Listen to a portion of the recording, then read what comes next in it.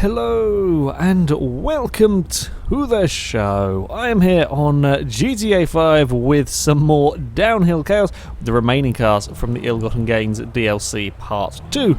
Up first, we've got the Blackfin, a car that I really do quite like. I like the look of this vehicle, and the orange and black works fantastically on here as well, which is always good. Now, I wouldn't really expect this to perhaps sort of go beating the T20. I think any sort of car is going to struggle beating that T20. But certainly on the first attempt, though, it was relatively easy to drive. The brakes weren't too much of a problem. I may have got a little bit carried away trying to sort of take as tighter a line through the hairpin as possible. It's not a good idea to do that, particularly as we roll the car over on the first attempt. So yeah, most definitely a FailRace video sorted there. I did have the occasional issue getting it slowed down after that jump, but on the next attempt I did exactly the same thing. This time not quite landing as well after the roll. It tumbles lovely. I think with the way the windscreen is and the roll cages, it does make the car tumble very, very nicely. I also love how in that roll, there's at one point where Michael tries to shut the door as it's tumbling, and then the door instantly falls off again. Yeah, we may have lost both of the doors on this car, and it does roll very, very well down the mountainside. In all honesty, there wasn't a huge amount of issues. There were some very big offs with the car. That one there, I actually didn't carry too much speed over the jump. I just positioned the landing wrong and ended up kind of bouncing over a little bit of a hill, and that's the car again. Sort of go flying off the course. It is a decently quick car, this one, and of course, when you get it wrong that sort of way, yeah, you're not going to be able to do anything about stopping it. It is, of course, a rear-wheel drive car, and I may have tried to carry a bit too much speed into that particular turn and couldn't stop it. Then it gets a little bit bumpy and the car just goes round in a circle. But yeah, there really wasn't too many issues with this car. As I said, pretty damn good on the brakes, pretty damn fast as well. Yes, it is rear-wheel drive, but honestly, you didn't have to be that careful. Sometimes the rear-wheel drive cars down here, you can have oversteer issues with them wanting to spin out, such as this corner here, or even the one after it. But this, nope, no problems at all. I could chuck it through here. And the only corner that I had even any slight problems with it going sideways was down here. But that's because it's such a sort of almost a wide turn, and you can carry a lot of speed by chucking it in sideways. And it never got to the point where the oversteer was sort of so much that I'd spin it out. You could really throw this car around through the course, and it really didn't have too many problems. I was impressed actually how well this thing dealt with going off road, because it's a sports classic or a muscle. I'm not actually quite sure which category it's in, but I mean, it's not designed for off-roading in any way, shape or form, but it deals like it dealt with the landing perfectly through there and through the next corner that can be quite bumpy. No problems at all. Did have to have a little bit of a dab on the brakes for that particular jump. Everything's going too fast at that place to be going flat. I think the Insurgent did everything else. You can't do it because it will just bounce up in the air. We do get bounced a little bit into the final turn, but again, nothing that the car cannot deal with. We get a big slide as well as we go up and across the line for the Blackfin, and then slide in between the trees. Yeah, I was really impressed with this car. Honestly, very, very easy thing to drive down Mt Chiliad. Aside from me rolling it twice at the hairpin, the bumps held no fears for the car. You could attack all of the corners, and yeah, I was really impressed with how well it did. I like the look of the car; sounds fantastic. Yeah, this may be one of my new favourite vehicles for GTA 5. Up next, it is a motorbike, the Vindicator. Now, these have traditionally been very, very fast. Down Mt Chiliad, they have a lot of acceleration, very good brakes, and can carry a hell of a lot of corner speed, which is why the Enduro currently tops our leaderboard down here. So I was expecting this to be quick. You know, whenever I come to do a motorbike, I expect them to be pretty damn fast when it comes to going down the mountain. Tried to get it to spit fire and couldn't quite get it working from the start line. Yeah, you know these are likely to be quick. However, I didn't quite expect it to have as terrible a brakes as it does. It just doesn't stop at all like a motorbike normally would. I also forgot I still had invincibility on, so I think I'd filmed this just after doing the lawnmower chase, and yeah, Michael goes sort of careering down the mountain and smacked his face on a rock. Yeah, that is a very big off. The bike is nowhere to be seen. I don't know where the bike ended up after. I was expecting to come tumbling down after him, but no, it did not. Yeah, the brakes are not good. The brakes aren't very motorbike-like on this one here whatsoever. I didn't actually turn invincibility off afterwards, and apparently we managed to survive this one. I'm guessing he was on like a slither of health after that tumble. Again, bike has gone off down the mountain. Yeah, it's much like the Electro. I had problems with the Electro, with me just expecting the brakes to be better, expecting there to be more grip. That's kind of what I'm used to with the motorbikes. But this one here, I mean, it is still very quick, yes, but it just doesn't get stopped as we go to space after getting it wrong towards the end of the run, and that is a very painful accident there. Yeah, not a pretty way to go. It was difficult, honestly. One of the harder bikes I've had to drive down here. Trying to get it stopped into turn one, couldn't do it. And then once we have started getting it bouncing in the air, there's another painful impact on the rocks there. Once it does start getting bounced in the air, you just can't stop it. The brakes aren't good enough, and it doesn't have really the suspension to deal with the bumps. It does remind me quite a lot of the Electro. This one here, that was completely my bad on there. I kind of slightly mispositioned it and then couldn't stop it in time. Once we start going down the hill as well, bikes are normally really good at getting stopped. Look at the distance it has taken to get this thing to come to a standstill. Yes, it is a very straight hill, of course it is, around here, but cars get stopped a lot quicker when they fall off the mountain down there. It's, I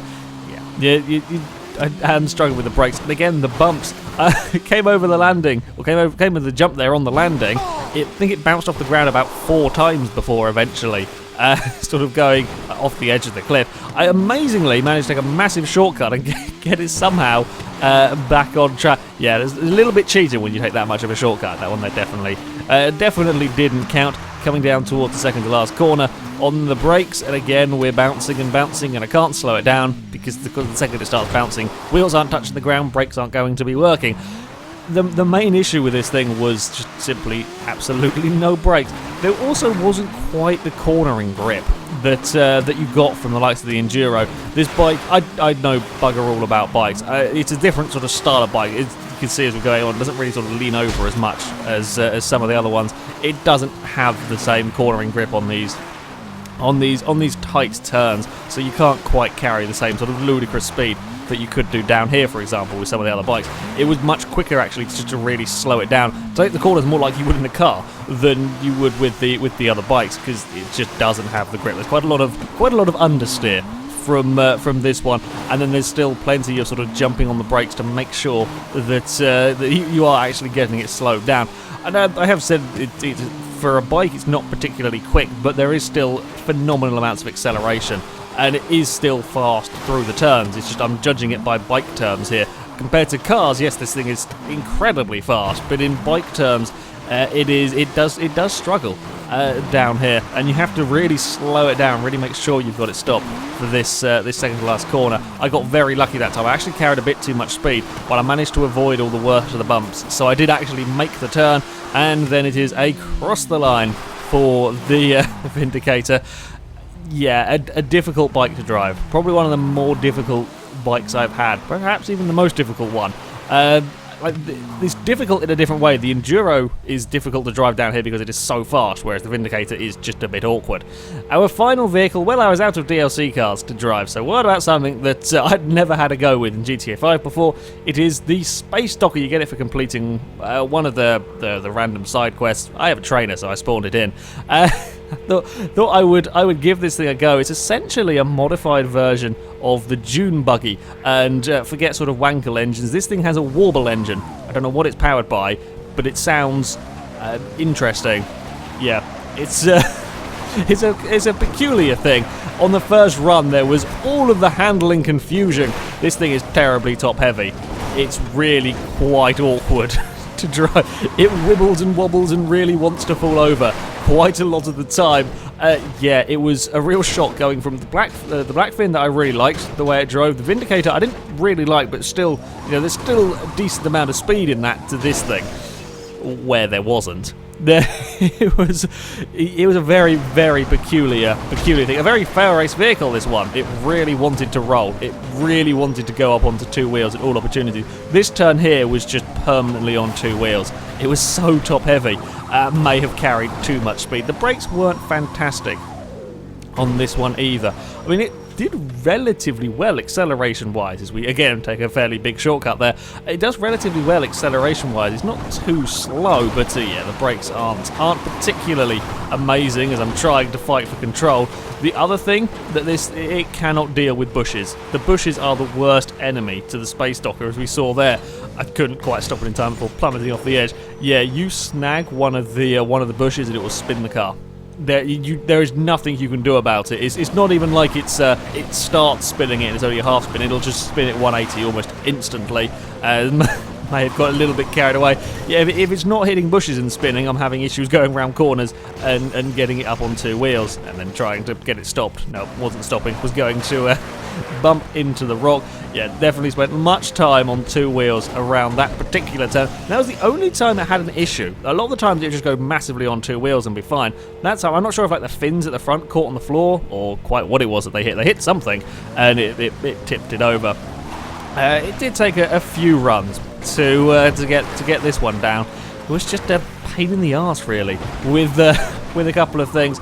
The normal dune buggy is very, very fast down here. This one is just too top heavy, as it doesn't handle the turns particularly well. It's not too bad though. It's just that it wants to fall over if you certainly go near the apex of some of the corners. Around here, it's a long way on two wheels, and that's what it would do pretty much every lap. I had to really make sure you get it slowed down, and you'll see here, I clipped the back of the buggy on the bush there, and you see how much just a tiny clip moved the car. So yeah, I had a few problems with that hairpin actually, with a bush on the outside. Never had an issue with that bush before, but the bushes would latch onto this and really cause some problems. Again, trying to carry speed through here, you have to be so careful because I cannot afford to go near the bushes. You just can't carry that much speed through there because you just cannot touch them.